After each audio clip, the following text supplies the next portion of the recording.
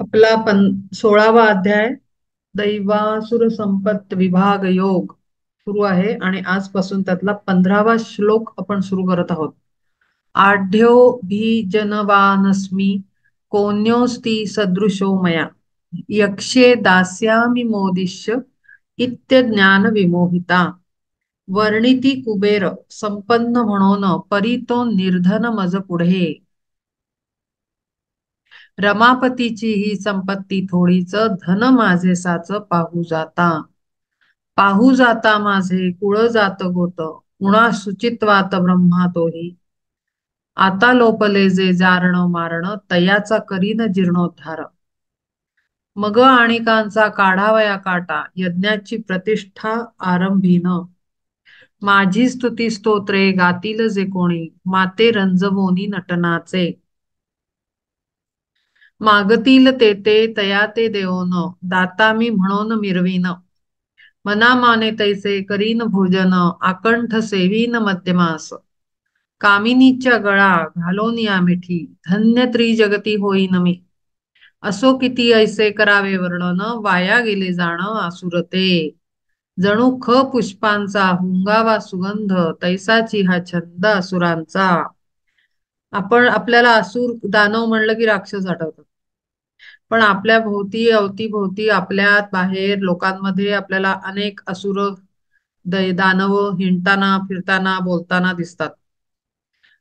पहिलं वाक्य आहे, वर्णिती कुबेर संपन्न म्हणून परी तो निर्धन मज पुढे. असा अहंकार असतो पैशाचा की हेच श्रीमंत पृथ्वी तलावर आणि अख्ख्या युनिव्हर्स मध्ये. ह्यांच्या इतका पैसा कोणाकडे नाही. सर्व भिकारी, सर्व दरिद्री असा भाव असतो, असा ऍटिट्यूड असतो, अशी भाषा वापरली जाते. तो आसुर आहे. ओळखून जायचा. आपण बोलत असू तर आपण ओळखून जा की आपली भाषा बरोबर नाही. आपल्यात असुर दानव हे सगळे मौजूद आहेत. आणि समोरचा बोलत असेल तर तेही रजिस्टर करावं की याचा अर्थ असा असा इथे प्रॉब्लेम आहे समोरच्या व्यक्तीमध्ये. आणि मग काय प्रिकॉशन घ्यायचे ते आपल्याला माहितीच आहे. मर्यादा तिथे ठेवायची नातेसंबंधात व्यवहारामध्ये. कारण काय, ढवळ्या शेजारी बांधला पवळा वाण नाही पण गुण लागला. हा प्रॉब्लेम आहे. कधी ती मस्ती आपल्याला चढते, कधी ती भाषा आपण उचलतो, कधी ते गुण आपल्यामध्ये येतात, आपल्याला पत्ता सुद्धा नाही लागत. त्यामुळे विवेक आणि अंतर्जागृती अत्यंत आवश्यक आहे. ही जी हे अभ्यास करतो आपण पुस्तकात नाही राहत, ही वर्णनं जी आहेत ती हे सगळं आपल्या मस्तकात पाहिजे आणि आपल्याला रजिस्टर झालं पाहिजे. चांगले गुणही रजिस्टर झाले पाहिजेत, स्वतःमधले आणि दुसऱ्यातले ओळखता आले पाहिजेत. आणि वाईट गुणही आपल्याला ओळखता आले पाहिजेत. स्वतःमधले पहिले, मग दुसऱ्यांकडे जायचं. सगळी पहिले चाळणी स्वतःवर मारायची, सगळा एक्सपेरिमेंट स्वतःवर करायचा, परीक्षा पहिले स्वतःची घ्यायची. डायरेक्ट दुसऱ्यांवर प्रयोग करायला जायचं नाहीये. कारण तिथे मूर्खता सिद्ध होते आपली स्वतःचीच. मूढ म्हणलेलं आहे, अत्यंत कापून काढलेलं आहे अशा लोकांना. पढत मूर्ख म्हटलेलं आहे रामदास स्वामींनी.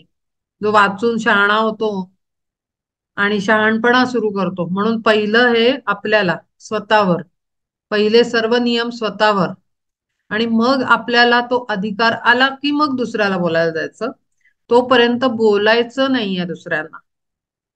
मग काय करायचंय, मग दुसऱ्यांचं जाणून करायचं काय, तर काय प्रिकॉशन घेण्यासाठी, स्वतःला प्रोटेक्शन देण्यासाठी आपल्याला दुसरा माणूसही ओळखता आला पाहिजे. मी नेहमी तुम्हाला सगळ्यांना सांगत आले आहे आणि माझा हा आग्रह राहील, जे पण कोणी हे सेशन्स ऐकेल त्यांना आणि जे करतायत आता त्यांना, की एनर्जी कळली पाहिजे. आपली एनर्जी कळली पाहिजे. जेव्हा आपण सूक्ष्मामध्ये स्वतःला ऑब्झर्व करू तेव्हा आपल्याला एनर्जी कळायला लागेल, फरक कळायला लागेल. आणि मग दुसऱ्याची. नेहमी पहिले स्वतः, कारण हा एकट्यानं खेळायचा खेळ आहे पहिला तर. आणि म्हणून स्वतःला पहिले सगळं. कारण आपल्याला उन्नती करायची ना, आपल्याला बाहेरच्यांना नाही करवायची. आपण बदललो की अर्ध जग तर पहिल्या ह्याच्यातच अर्ध ठीक होऊन जातं. त्यामुळे इतका प्रॉब्लेम येत नाही. म्हणून बाहेर पहिले नाही बघायचं, पहिले स्वतः आत शोधायचं, स्वतःला स्वच्छ करायचं, स्वतःवर प्रयोग करायचे, स्वतःला शहाणं करायचं, स्वतःची एनर्जी स्वतः ओळखायची, की काल माझी एनर्जी फ्रिक्वेन्सी काय होती, आज काय होती. मग आपण म्हणू हे कसं कळेल मला, हा आपला प्रश्न मनात निर्माण होईल. तर आपल्या सराउंडिंग मध्ये जे आपल्याला इफेक्ट्स आपण अनुभवतो ना, एक दिवस आपला छान जातो, मग दुसरा दिवस आपल्याला घाणेरडा जातो, मग तिसऱ्या दिवशी आपल्याला अचानक काहीतरी होतं, किंवा चौथ्या दिवशी आपली तब्येत अचानक काहीही काही नसताना काहीतरी गडबडतं. हे जेव्हा होतं तेव्हा काय फरक पडतो? एनर्जी मध्ये फरक पडत असतो रोज आपल्या. कधी स्वतःच्या विचारांमुळे, कधी कंटॅमिनेशनमुळे. म्हणून स्वतःची एनर्जी पहिले ऑब्झर्व करायची, की मला आज काय काय झालं दिवसभर, आज माझा टोटल मूड कसा होता, आज माझी माझं अंतर शांतता काय टाईपची होती, काय काय लेवलची होती, खूप डीप इनर स्टेट माझी काम शांत आणि अशी होती का. मग दुसऱ्या दिवशी बिघडलेली लगेच कळते. इतकं मायन्यूट ऑब्झर्वेशन, त्याला म्हणतात सेल्फ रिव्ह्यू. तो एव्हरी नाईट झोपायच्या आधी झाला पाहिजे. हीच साधना आहे. हे छोटे छोटे छोटे छोटे आपण रिच्युअल्स फॉलो करतो ना, हीच साधना आहे. आणि या छोट्या छोट्या पावलांनीच आपण खूप मोठं अंतर मार्गक्रमण करून जातो, आपल्याला पत्ता पण नाही लागत. आपण म्हणू एकदम आम्हाला काहीतरी द्या, एकदम नाम द्या, एकदम साधना द्या, एकदम ध्यान धारणेचं काहीतरी आयडिया द्या, किंवा एकदम आता कालच माझ्या वाचनात आलं म्हणून मी शेअर करते. आपल्याला एकदम कुठलं तरी योगिक प्रॅक्टिसेस करायची एकदम मध्येच हुक्की येते.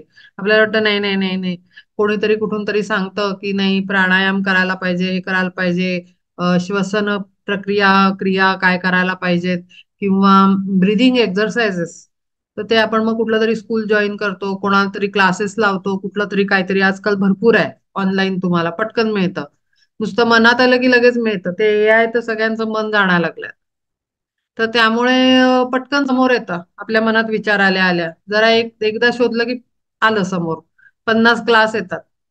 काल माझ्या वाचनात खूप मस्त, म्हणजे अभ्यासामध्ये माझ्या खूप छान मला हे मिळालं, खजाना मिळाला. तो असा की आपण ब्रीदिंग एक्सरसाइजेस करतो, त्याचे परिणाम आपल्या सगळ्या एनर्जी बॉडीजवर होतात. हे तर आपल्याला माहितीच आहे. पण सगळ्यात जास्त डेंजरस इफेक्ट त्याचे फिजिकल बॉडीवर होतात. कारण ज्या पद्धतीनं आपण सगळं करतो, त्यावेळेला ब्रीदिंग एक्सरसाइजेस मध्ये बेसिकली आयडिया ही आहे की तुमचं थॉट प्रोसेस काय चालू आहे.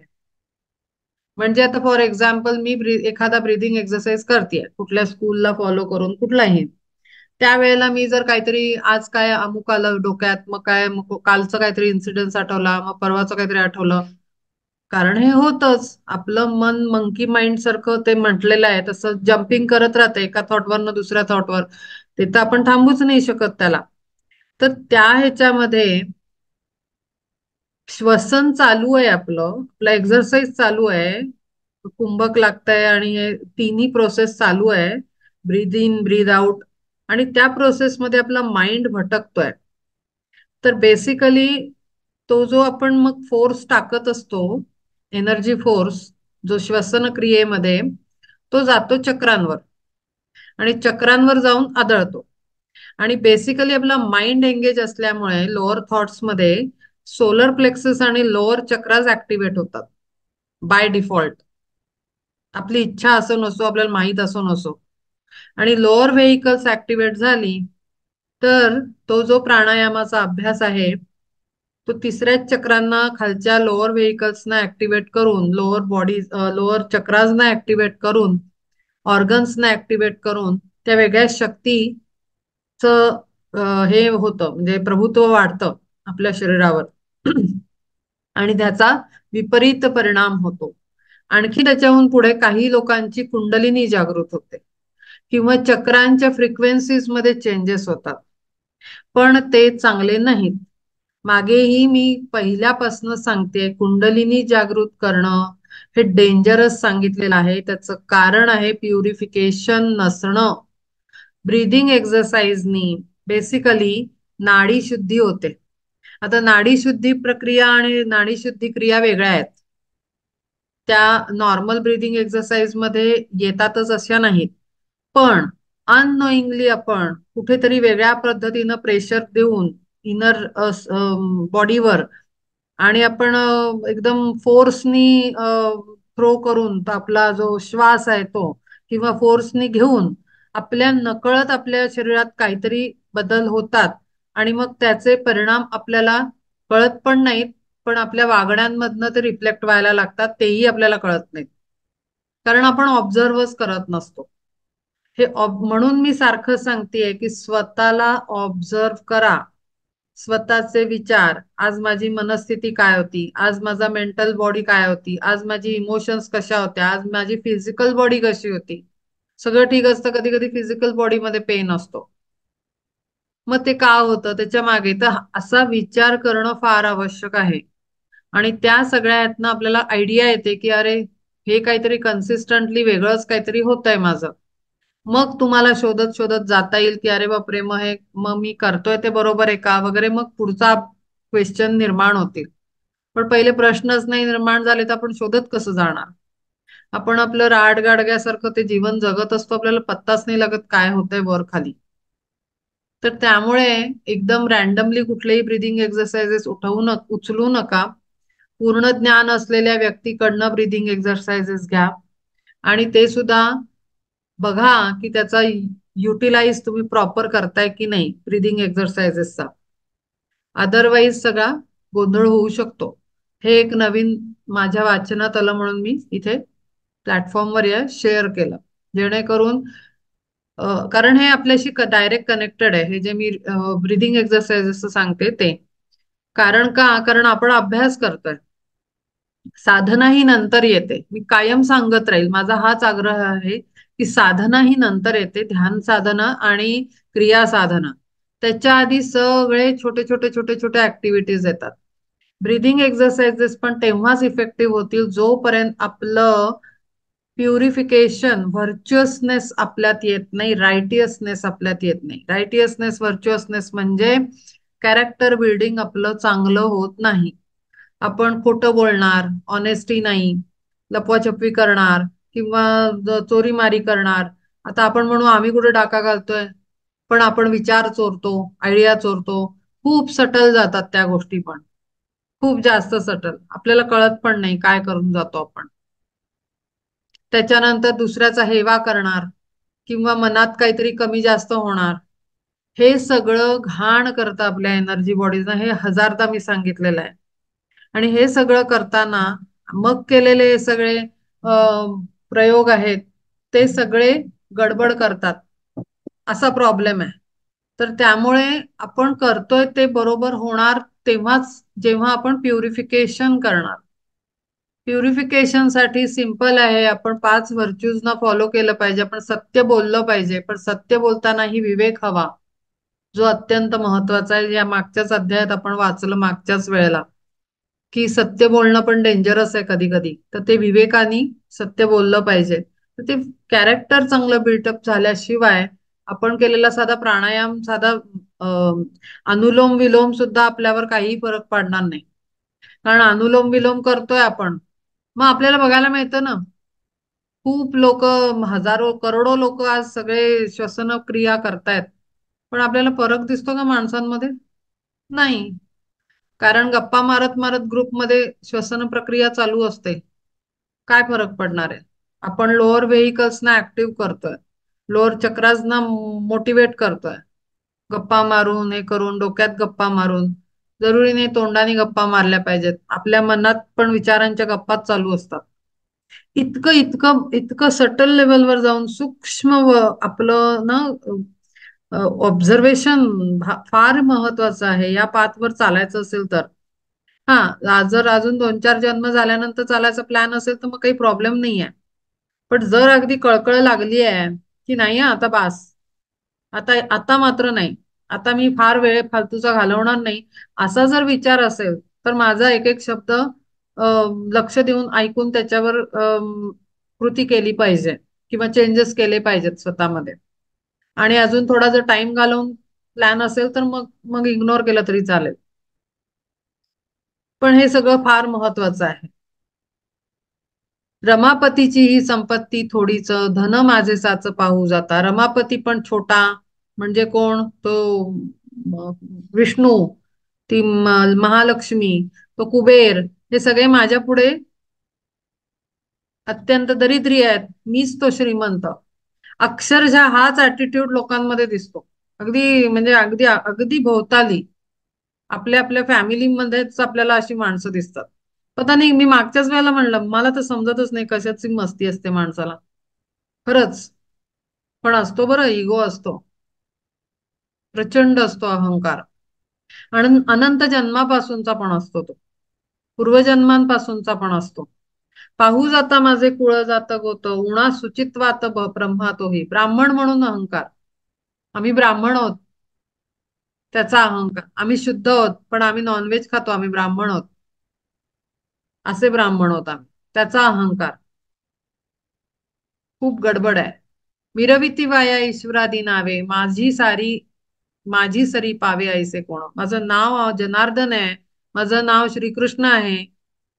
नाव, आपलं जे नाव आहे ना, ते आपल्यात कॅरेक्टर पहिले आलं पाहिजे. आपल्या नावाला आपल्याला जगायचं असतं, म्हणून ते नाव दिलेलं असतं. आपण नाव घेऊन लोअर व्हेइकल्स मध्ये रमतो, की माझं हे नाव आहे, ह्याला हे खायचंय, ह्याला हे करायचंय, ह्याला एन्जॉय करायचंय, ह्याला ते द्यायचंय, ह्याला हे हवं वाटतंय. अरे पण आपलं नाव काय आहे? माझं नाव लीना आहे. लीना म्हणजे सरेंडर. लीन, सरेंडर व्हायचंय, शरणागती. मग ती न करता मी लीनाला एन्जॉय करवत राहिले तर काय माझ्या नावाची व्हॅल्यू आहे मग? आपलं जे नाव आहे ते जिंकायचंय, करायचंय, त्याच्यावर जगायचंय, ते नाव परिपूर्ण करायचंय, जे आपल्याला नाव दिलेलं असतं. एक साध्या नावावर जरी आपण जर आज 10 मिनिटं विचार केला स्वतः बसून एकट्यात, की माझं हे नाव का बरं, मग माझं अमकं तमकं दुसरं नाव का नाही मिळालं, मला मला हेच का नाव मिळालं? तर त्या नावाच्या एका सिंपल थॉट मधनं तुम्ही खूप डीपर लेवलवर जाल, की आपल्याला का नाव मिळालं. ती नाव मिळण्यात पण ईश्वरी कमाल आहे. मग त्याच्यातनं तुम्हाला तुमचं चाललेलं जीवन पण रिलेट होईल. खरंच सांगते, हे करून बघा एक्सपेरिमेंट. स्वतःच्या नावाला आणि स्वतःचं जे ट्रॅकवर जीवन चाललंय ते रिलेट करा. ते बरोबर त्याच्याशी मिळतं जुळतं सापडेल. आणि मग जिथे आपण धक्के खात असतो ना, तिथेच कुठेतरी नावातला अर्थ आपल्याला लर्निंग लेसन असू शकतो. हे पण पॉसिबल आहे. तर असं म्हणजे किती किती किती पॉइंट्स आहेत की त्याच्यावर आपण फार डिटेल विचार करू शकतो. फार डिटेल विचार. आपलं नाव काय आहे? ईश्वराचं नाव आहे, कशाचं नाव आहे, काय काय हरकत नाही. फुलांची नावं असतात, त्याची नावं असतात, वेगळ्या वेगळ्या नक्षत्रांची नावं आहेत. मग ते नक्षत्रामध्ये गुण आहेत, त्याची एक जात आहे, त्याचा एक गुण, त्याचं स्वभाव आहे, ते सगळं आपल्याला दिसतं त्या व्यक्तीमध्ये. मग जर खोलात शिरलं तर खूप खूप अभ्यास आहे, सगळा अभ्यास आहे. ही ही ही जी सृष्टी बनवली आहे ना, हा सर्व अभ्यास आहे. एक एक एक एक कणाकणात अभ्यास आहे, जर बघायला गेलं तर. साधा आपण म्हणलं फुलं, किती प्रकारची फुलं? काही वासाची फुलं, काही शोभेची फुलं, काही सुगंधी फुलं, काही काही ईश्वराच्या पायावर जाणारी फुलं, काही सजवण्यासाठी वापरली जाणारी फुलं, काही नुसतीच झाडावर असतात ती फुलं, जी अगदी खाली पडलं की ते कोमेजून जातात, ती झाडावरच छान दिसतात.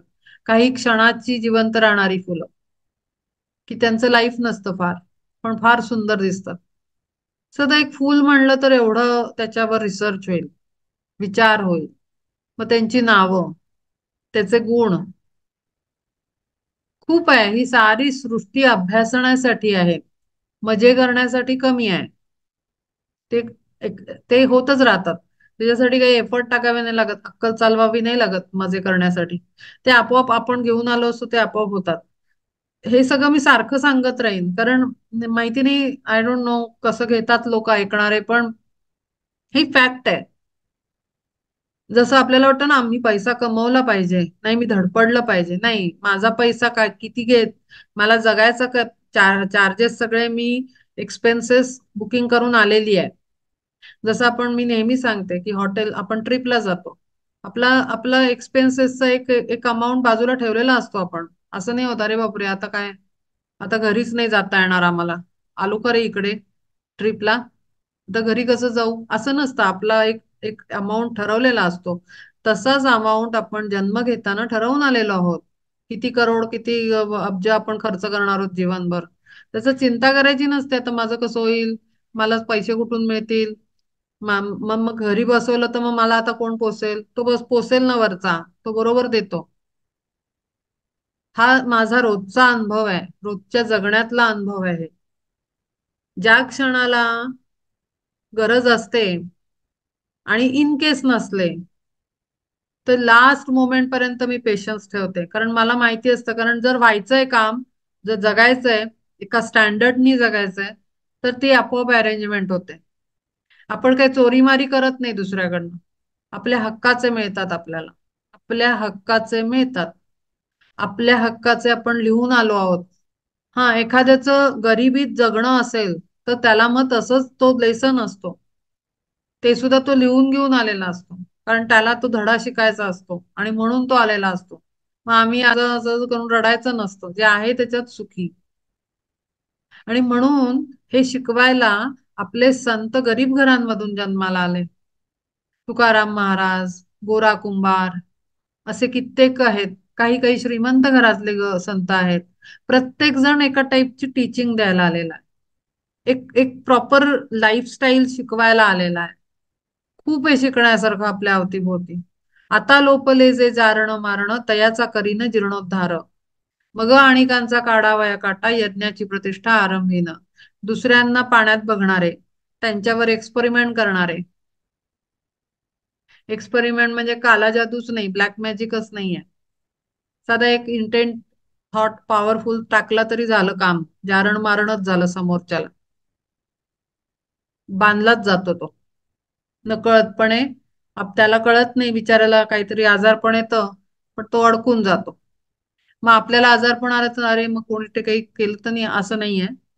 There are many possibilities. शरीरात बिघाडही झालेला असू शकतो.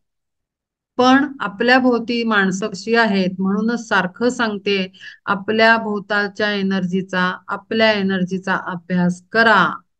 कारण आंधळेपणानं जगण्यानी आपण गोत्यातच अडकत राहतो, आपली प्रगती होत नाही, आपण पुढे सरकत नाही.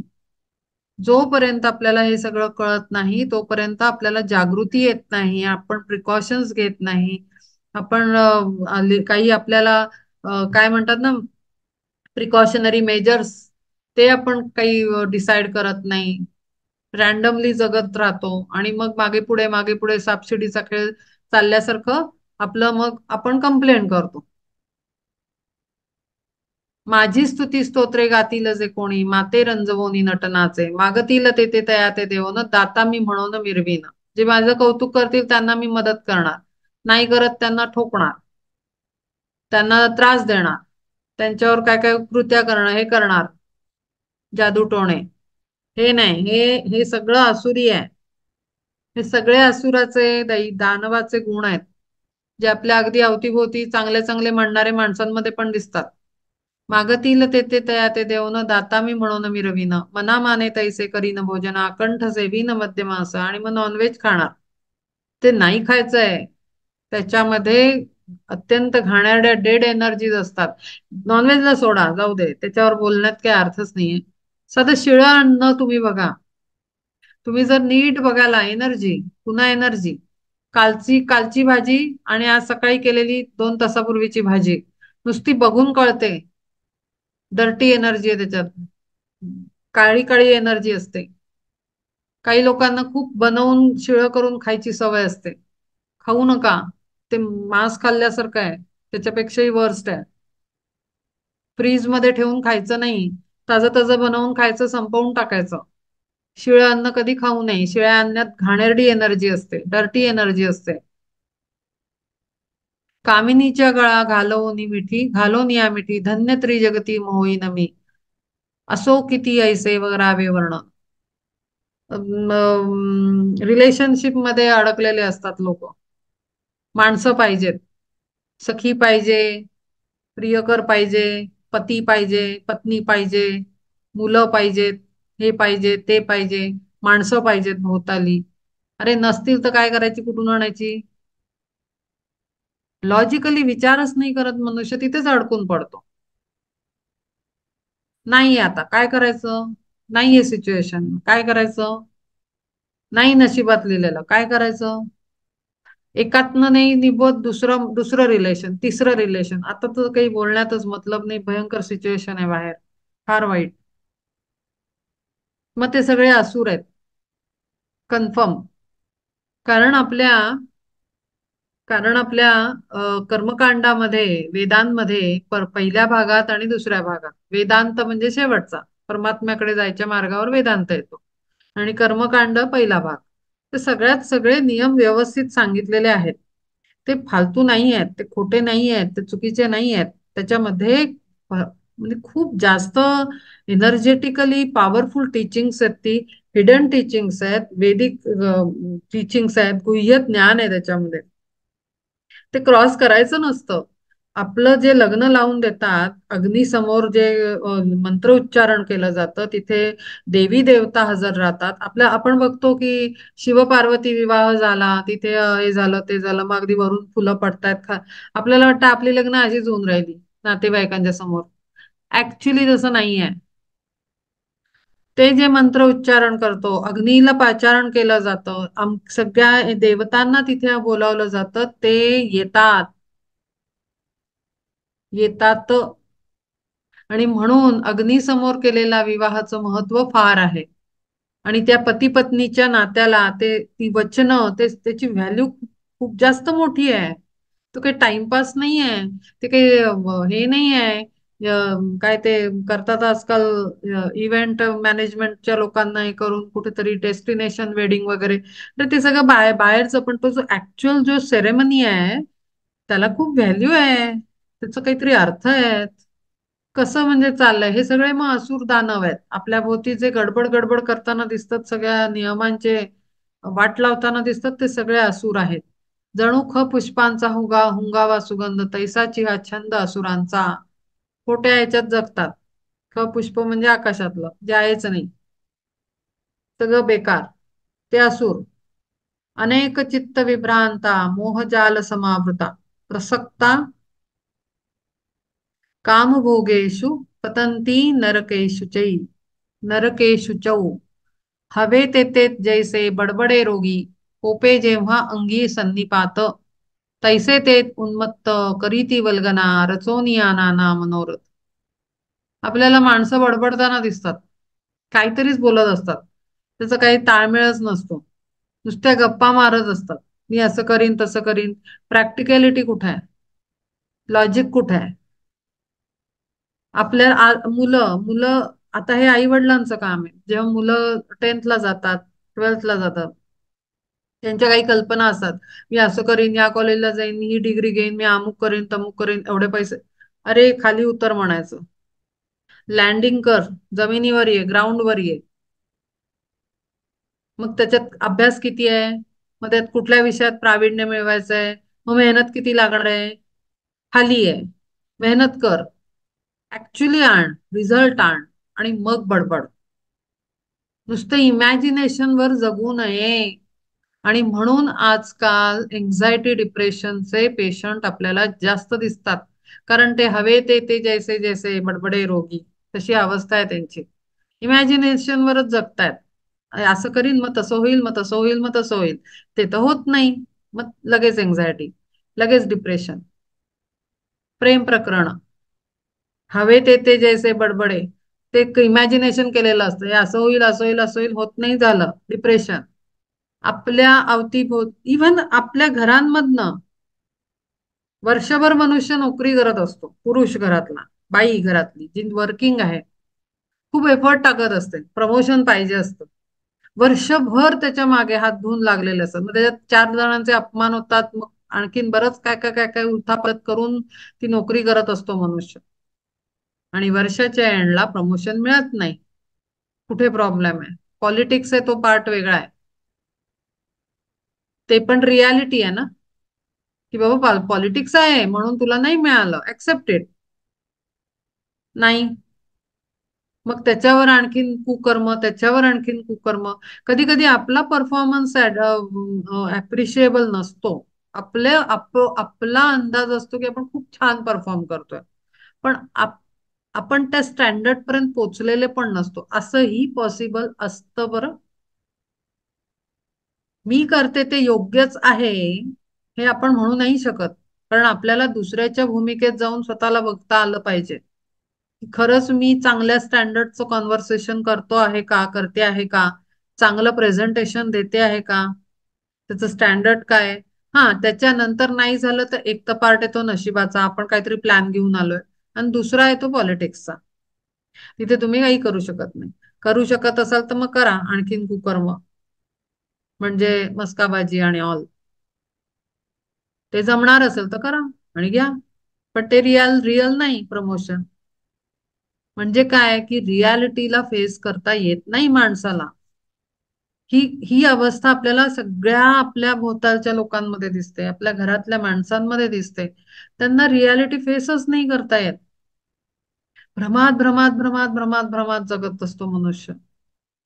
एक असते स्वतःकडनं एक्सपेक्टेशन असते, मी नाही नाही म्हणत आहे, आपण खूप परफॉर्म करतो, पण ते एक्सपेक्टेशनला इतकं उंच ठेवू नये की ते खटकन तर खाली पडावं आणि तुटावं. इतकं हवेत चढवू नये स्वतःला. मधनं मधनं थोडस रियालिटीचं टच पण द्यावा, की नाही मिळालं तर मग काही हरकत नाही. नाही मिळालं तर हरकत. काही काही काही काहींच्या लोकांच्या म्हणजे असं असतं पण, की खूप काम करतात पण क्रेडिट नाही मिळत, खूप काम करतात, मेहनत करावी लागते, पण पाहिजे तसा रिझल्ट येत नाही. मग लोक ज्योतिषाकडे जातील, आणखीन कुठे मोडॅलिटीज मध्ये विचारायला जातील. अहो असं का हो, मी असं खूप करतो, आणि मग मग ती बाई माणूस काहीतरी सांगेल, अमक्या जन्मात तुम्ही अमकं केलं आणि तमक्या जन्मात तमकं केलं. पुढे काय झालं मग? म्हणजे काय अल्टिमेटली आन्सर काय आलं, की आहे त्याच्यात ऍडजस्ट करायचं. ऍक्सेप्टन्स.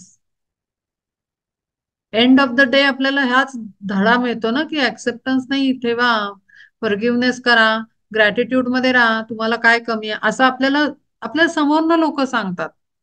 म्हणजे काय की आपल्याला मिळतंय ते आपण डिझर्व करतो आहोत हे आपल्याला मिळतंय. पण नाही, मुलांकडनं खूप अपेक्षा लोक ठेवतात, आणि नाही मिळालं तर मग कोसणार, इन्सल्ट करणार. खूप म्हणजे का का हे सगळे आता प्रॉब्लेम का वाढलेत अवतीभोवती आपल्या?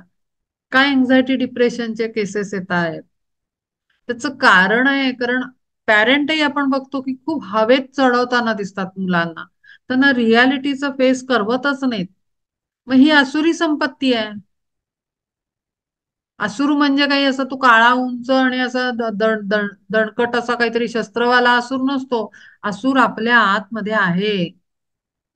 आपण सत्याला पाया धरून रोवून उभं राहून ग्राउंडिंग करून आपण जगत नाही, तो असूर आहे. बडबडत वेड्यासारखं बेताला वागतो, तो असूर आहे. मर्यादा तोडून जगतो, तो असूर आहे. जाणं अज्ञानाचे जणू धुलीकण होती ते म्हणून धनंजया, आशा वावटळत या भुवंडीत ऐसी गगनात संकल्पाच्या. पहा पुढे तेच बोललंय त्यांनी, की आपले आशा अपेक्षा यांचं किती उंच महाल बांधत जायचे. खरं सांगायचं ना, अगदी अगदी खरं सांगायचं तर इतकं सुंदर जीवन घेऊन मनुष्य जन्माला येतो. तो काहीतरी ठरवून आलेला असतो. तो जर विवेक ज्ञान ह्या बेसिसवर जगायचं ठरवलं त्यांनी, तर कुठेही ना भयंकर सिच्युएशन येणार नाही जीवनामध्ये, ऑब्झर्व करून जगायचं म्हणलं तर. पण आपल्याला नाही मिळत म्हणून लोकांना शिव्या घालणार, दुसऱ्यांना बोलणार, माझं नाही होत म्हणून तुझं पण नाही झालं पाहिजे असं बोलणार नाही. हे बरोबर नाही आहे. आपली कपॅसिटी काय आहे, आपण काय टाईपचं जीवन घेऊन आलो हे थोडस मिरर मध्ये बघावं लागतं. मिरर असणं खूप आवश्यक आहे आपल्याकडे. मी कोणाची बरोबरी नाही करू शकत.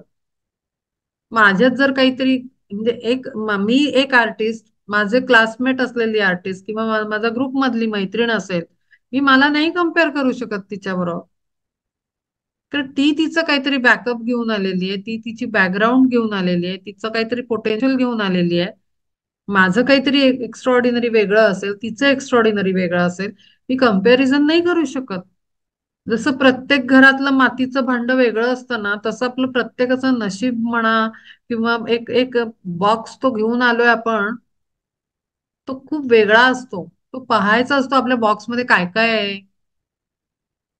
जसं वर्ण समजा बाळ बाळ दिलं, एखाद्या पॅरेंटना बाळ दिलं, त्याचे बॉक्समध्ये घालून दिलं, त्या बॉक्समध्ये सगळं दिलेलं असतं त्यांनी. आपण येताना सगळं घेऊन येतो. काय कशी परिस्थिती राहणार, कशी हेल्थ राहणार, कशी अवस्था राहणार, काय होणार, जीवनात काय काय करणार, सगळा बॉक्स आपल्याच बॉक्समध्ये शोधायला पाहिजे ना आपण.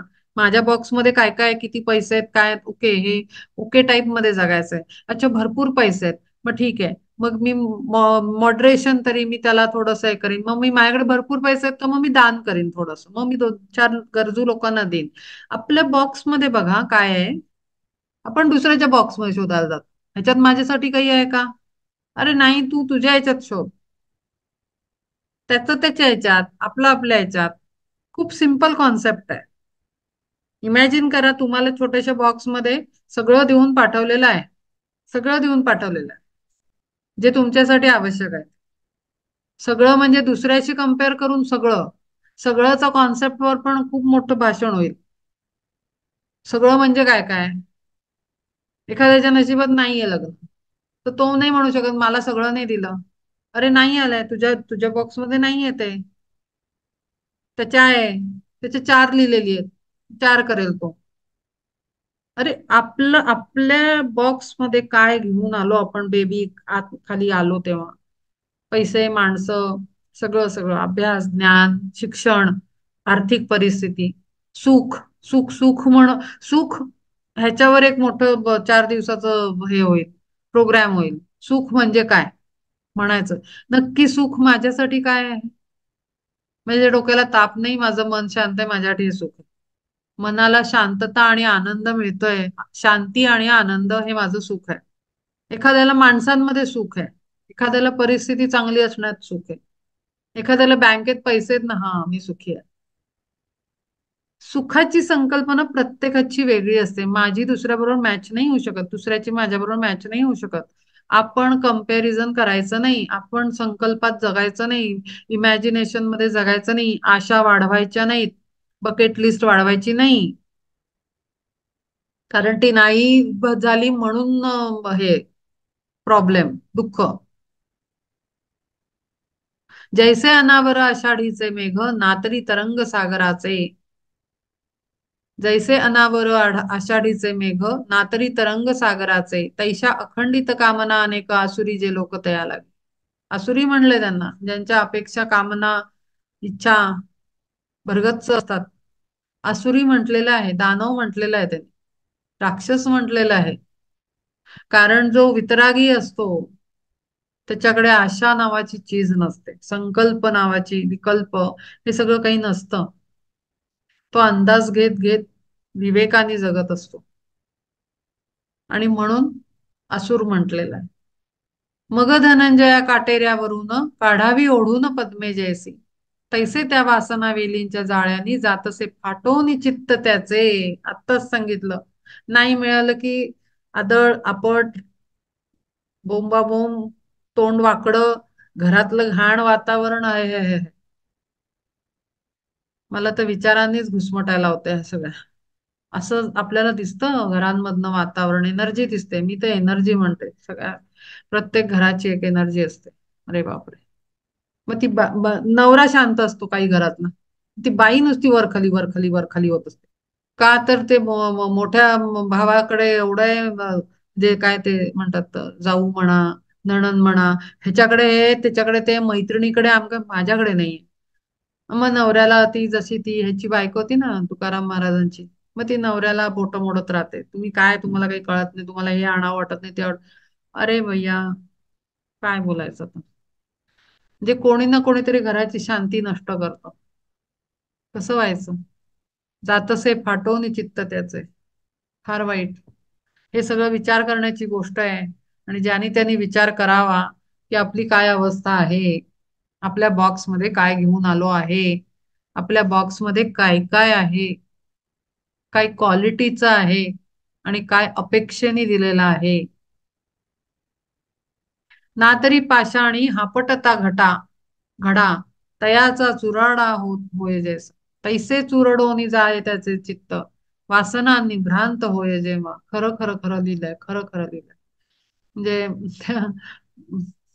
काय बोलू मी, मला इतकं इतकं इतकं छान वाटतंय मला. हे ह्यांनी लिहिलंय, इतकं सुंदर लिहिलंय. काय सुंदर ऑब्झर्वेशन आहे, काय सुंदर निरूपण आहे. अक्षरशः अशी माणसं दिसतात, शांती नाही त्यांना.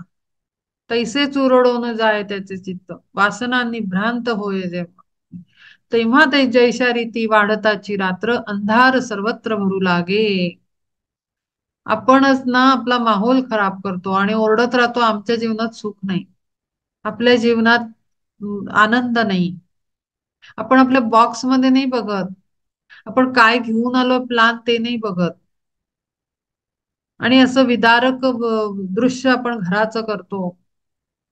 आपल्या मुलांना, बाळांना, घरातल्या म्हाताऱ्या कोताऱ्यांना, माणसं, एक माणूस सगळं घाण करतो, नासवतो, सगळं वातावरण खराब करतो घराचं. अशी कित्येक माणसं दिसतात भोवती आपल्या. मग आपण तर दुनियेला नाही बदलू शकत ना. आपण बदलू शकतो. आपलं घरातलं वातावरण आपण सुंदर करू शकतो. आपण जीवनात आनंद देऊ शकतो आणि आनंद आणू शकतो. आनंद देऊ शकतो आणि आनंद आणू शकतो. आनंदाने जगायचं कसं हे दाखवू शकतो आणि सांगू शकतो. एवढं आपल्या हातात आहे. बाकी आपल्या हातात नाही. आपण दुसऱ्यांना नाही बदलायचंय. कारण दुसरं सगळं इल्युजन आहे ना. आपल्याला बाहेर जे दिसतंय ते आपली अंतस्थिती बाहेर दिसते. पिंडी ते ब्रह्मांडी. म्हणून आतलं बदललं की बाहेरचं दृश्य बदलणार आहे. आत आनंद आनंद निर्माण करा. आनंदाची बाग फुलवा हृदयामध्ये. आणि तो आनंद कसा, आपण हो आम्ही आनंदीच असतो, आम्हाला काय आता काही छान छान असतो, आम्ही शांत असतो. डोळे बोलतात, किती आनंदी आहे. डोळे बोलतात, किती आनंद आहे. डोळे बोलतात. डोळ्या बघितला ना माणसाचा, त्या डोळ्यात सगळं खोल विहिरीत काय काय आहे ते सगळं दिसतं डोळ्यांमध्ये. प्रचंड बोलतात डोळे. आरसा आहे अंत अंतःकरणाचा. डोळ्यात सगळं दिसतं. गच्च भरलेलं दुःख दिसतं, गच्च भरलेला सॅडनेस दिसतो. खोटं बोलायचं नाही, आम्ही सुखात आहोत. डोळे बोलतात आणि ज्यांना ते डोळे कळतात त्यांना ते कळून जात. बाकी ज्यांना माहिती नाही त्यांना आपण या अशा मारलेल्या गोष्टी, आम्ही आनंदात आहोत ते त्यांना काही फरक नाही पडत. ते म्हणतात अरे वा वा छान छान, ऐकून आनंद वाटला. पण ज्याला डोळे कळतात त्या व्यक्तींसमोर त्यांना कळून जातं आपण आपण आपली स्थिती काय आहे. आपल्याला गुरु गुरु बरोबर ओळखतात कोण कसा आहे. डोळे, चेहऱ्यावरच्या रेषा, चेहऱ्यावरचे हावभाव, डोळ्यांची हालचाल, हे सगळं सांगतात. कोणाच्या घरी जाऊन माणूस कसा वागतोय बघायची गरजच नाहीये. चेहरा बघितला, डोळे बघितले की सगळं जीवन समोर उभं राहतं. की काय स्थिती असेल या व्यक्तीच्या घरी, या व्यक्तीच्या जीवनात, आणि हा व्यक्ती कसा जगतोय. 3 प्रकार सगळं कळतं. काही स्टोरी ऐकायची गरज नाही कोणाची. कारण त्या स्टोरीत माणूस कारणच देणार आहे ना.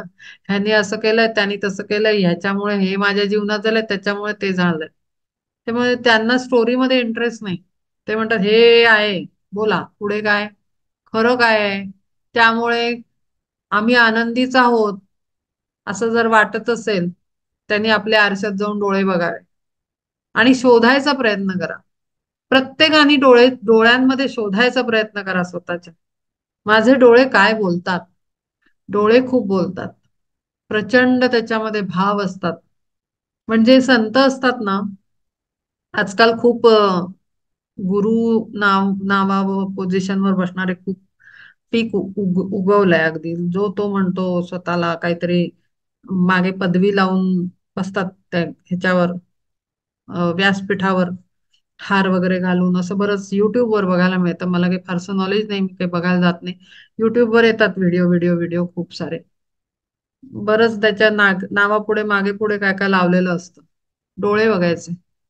चेहरा बघितला की बघावं पण नाही वाटत, अशी स्थिती असते.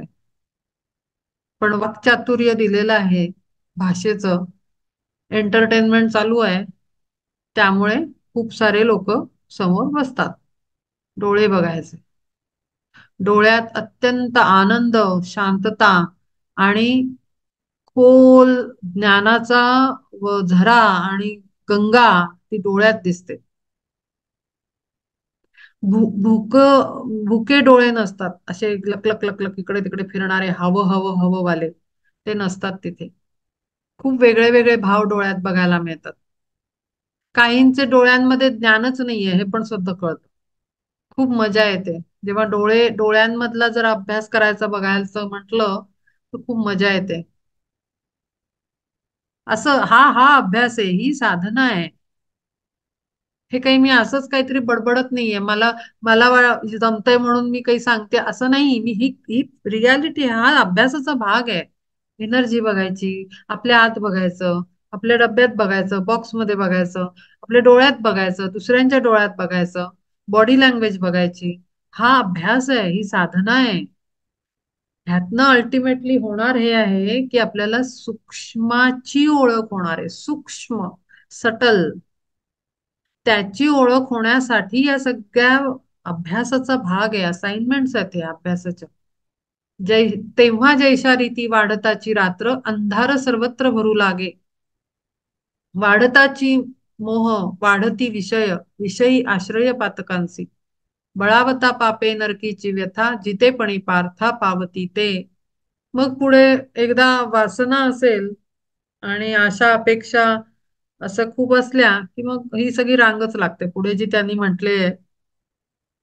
मोह पहिले होणार, असं करून बघू, तिकडे जाऊन बघू, असं पैसे कमवून बघू, तसे पैसे कमवून बघू, ह्याच्याकडे जाऊन बघू, याची मदत मागून बघू. हा खटाटोप, मग तो मोह मोह मोह होत असतो आणि मग ते नाही झालं की आणखीन आणखीन आणखीन मग खालचे सगळ्या negative energies, negative tendencies develop होत जातात. ती चेन आहे पूर्ण. एकदा मोह शिरला विषय, वासना, की मग ते बळावत जातात, सगळी कुकर्म होतात आपल्याकडनं. तीच पुढे इथे सांगितलेली आहेत. वाढताची मोह वाढती विषय, विषयी आश्रय पातकांसी. बळावता पापे नरकीची व्यथा जितेपणी पार्था पावती ते. म्हणोनी दुर्मती असुर जे होती घडे तया वस्ती नरकीच. दुर्मती म्हणलाय ज्याची मती जागेवर नाही, बुद्धी बुद्धी जागेवर नाही तो असुर. आणि त्याची वस्ती कुठे? नरकामध्ये.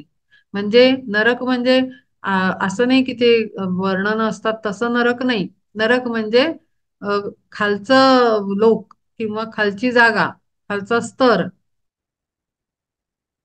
जेथे तीक्ष्ण जणू खड्गपाती ऐसी पाने येती वृक्षा लागी. तापल्या तेलाचे उतती सागर पेटती डोंगर निखाऱ्यांचे. यातनांचा नाच नाच तोच यमजाच होय ते जेथे साच नित्य नवा. ऐशा महाघोर रौरवी साचार पडती सत्वर असुरते. ऐसा नरकाचा वाटा शेलकाच वाटा घेऊन सर्वथा जन्मले जे. म्हणजे काय जीवनामध्ये नरक म्हणजे असं काही कुठे काही मोठी पातेली ठेवली आणि तेल ठेवलंय, ऍक्च्युली असं नाहीये. म्हणजे भयंकर तुम्हाला चटके बसतात जीवनामध्ये, ते निखारे. आपल्याला दिसतं ना माणसांच्या कोणाच्या जीवनामध्ये भयंकर अडचणी, भयंकर सफरिंग, ते झालं ते. नरक म्हणजे असा नरक आहे, पण तो आपल्या फिजिकल प्लेनवरचा जर नरक बघायला गेला तर तो माणसांच्या घरांमधनं आपल्याला दिसतो. वातावरण आणि अशा परिस्थितीत जन्माला येणं म्हणजे ते नरक यातनाच आहेत त्या. यातनांचा नाच तोच यमजाच होय जेथे साच नित्य नवा. ऐशा महाघोर रौरवी साचार पडती सत्वर आसुरते. आणि म्हणून म्हणून म्हणून जेव्हा आपण अभ्यास करायला लागतो ना, हे फार अत्यंत महत्वाचं सांगते. जेव्हा आपण अभ्यास करायला लागतो आपल्याला ज्ञान मिळायला लागतं. मग आपल्याला वाटतं अरे ह्याला वाचवू, अरे त्याला सांगू, अरे याला परिस्थितीनं बाहेर काढू ना. आपण जायचं नाहीये. त्याचं कर्म, त्याचं सगळं हे आपल्या डोक्यावर बसतं. आपण जायचं नाहीये, कारण तो अधिकार आपल्याला दिलेला नाहीये. तो गुरूंना असतो.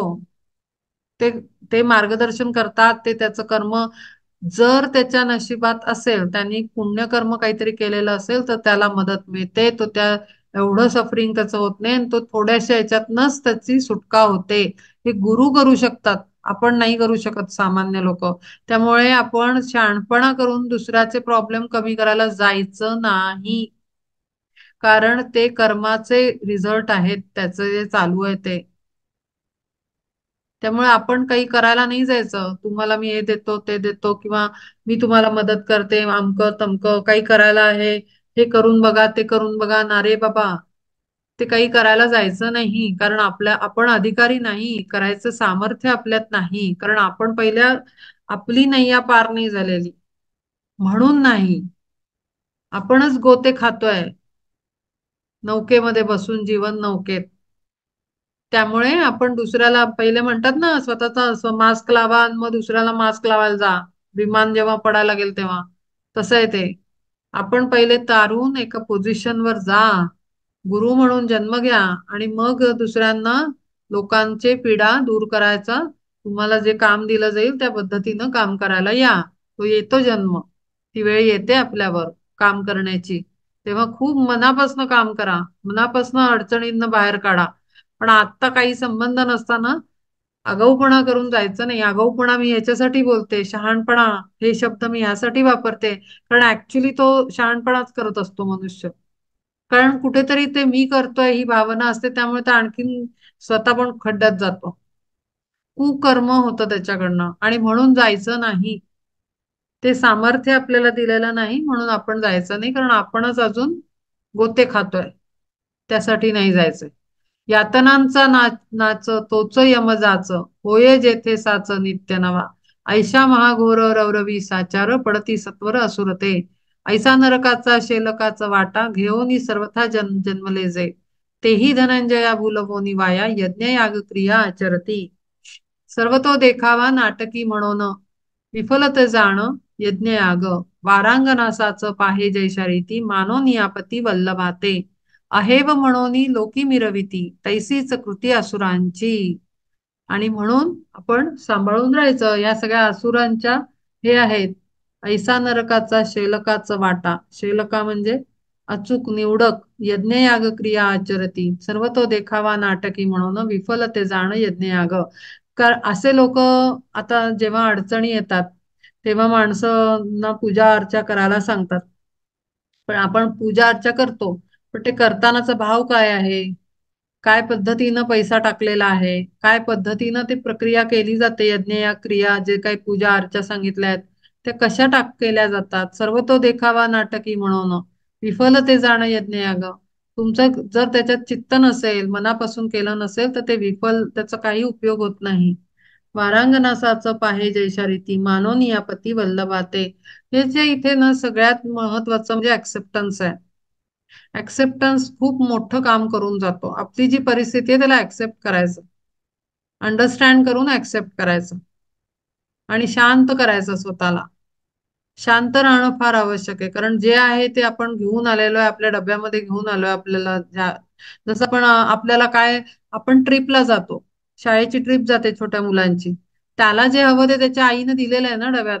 मग त्याच्या मित्रांनी पिझ्झा आणला म्हणून त्यांनी थैथयाट करण्यात काय मतलब आहे. अरे तुला जर काही आवडता पदार्थ दिलाय बाबा, काहीतरी केक करून दिला, बिस्किट करून दिला, आईनं काहीतरी आवडीचा पदार्थ बनवून दिला, तुला आवडतो म्हणून दिलाय ना. तू ठरवलं होतं डब्यात काय न्यायचंय. मग मित्रांनी आणलं तर त्याला त्याच्या लायकीचं त्याला दिलं आईनं. अगदी सेम असाच वेडेपणा आपण माणसं करत असतो. दुसऱ्याच्या डब्यात बघून आपण जगतो. आपल्या डब्यात बघायला शिका, म्हणजे उत्तर मिळतात. अहेव म्हणोनी लोकी मिरविती, तैसीच कृती असुरांची. अहेव म्हणजे सौभाग्यवती, म्हणोनी लोकी मिरवती, तैसीच कृती असुरांची. ही सगळी आसुरी वृत्ती आहे. आपण इथे थांबूया, कारण बऱ्याच जणांना आज जमणार नव्हतं 5च्या पुढे करणं. तर आज आपण 5 पर्यंतच सेशन ठेवूया.